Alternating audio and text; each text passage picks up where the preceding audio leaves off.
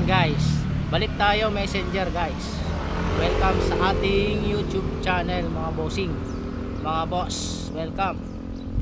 Ayan, so balik messenger tayo. So ang trabaho talaga natin is messenger guys. Ayan, so ngayon ito natin, may mga dala-dala tayo. Ito, may box kasi ako sa likod. Ang problema, tinanggal ko kasi nagpa-listro ako kanina ng ito sa company. Ayan, plinastic ko na lang, i-deliver ko guys. So ang gagawin muna natin ngayong hapon ay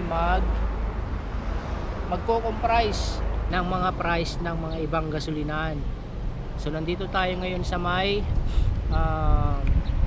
Llanosa. So ayun, Llanosa. Ayan, Llanosa guys. So stoplight dun tayo kasi ang unahin natin doon sa may papuntang south bago tayo umikot papuntang north, right?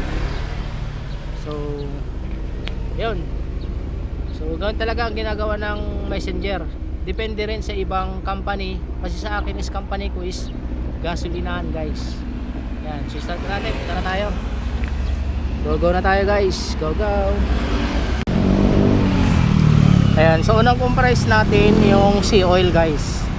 Ayan yung price nila. So ganito ginagawa natin every Tuesday kasi nga may price increase o may price decrease ng mga iba't ibang gasolinahan guys. Kaya dito tayo nagsisimula. Papunta tayo ng South McKinley guys. Yan, so yan yung price natin. Right, next natin ay clean fuel guys. Yan, so dito na tayo. Clean fuel. So pipicturean lang natin yung kanilang monolith. Yan yung kanilang price board guys. Yan yung kanilang price board guys. Ayan, so pipicturean lang natin yan. Tapos meron pa tayong dalawang destination doon, padire-diretso lang. So yun, i-capture muna natin to. Ayan, so nandito ulit tayo sa may Global Oil House.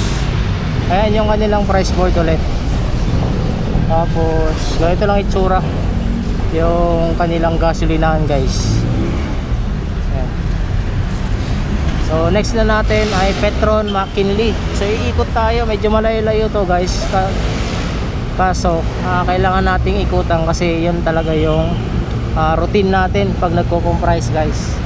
So yun, diretso lang tayo doon, diretso lang. Right.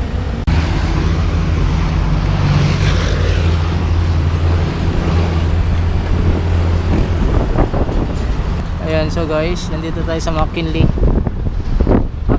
Petron. Ayan, so yan yung price nila. Right. So balik na tayo pa north. Ikot lang tayo sa McKinley sa loob guys. Right. Ayan, so nandito naman tayo sa tapat ng Villaverde guys, C5. So nandito tayo sa may Shell. So ito naman yung price nila guys.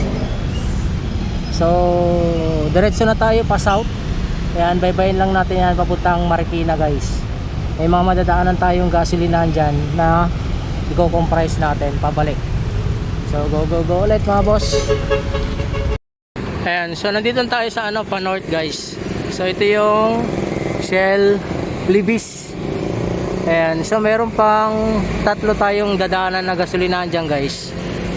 Ayan, so yun, antabayanan nyo lang hanggang matapos tayo guys. Ganun talaga ang trabaho natin ng messenger, no? Pag sa gasolinahan ka talaga nagtatrabaho guys. So yun, go ulit tayo guys. Ayan, so dito naman tayo sa Petron Union Bank. So yan yung price nila. Alright, nandito tayo sa may C5 ulit. So last na compress na natin to guys. Petron yung dihatak. Ayan, tapat ng SNR. Ayan, so natapos na natin yung comprising ngayong araw. Tuwing Martes natin to ginagawa guys. Ayan, kasi dito nangyayari yung increase saka decrease ng mga presyo ng bawat gasolinahan. Ayan, so yun lang. Yun ang trabaho natin guys every Tuesday.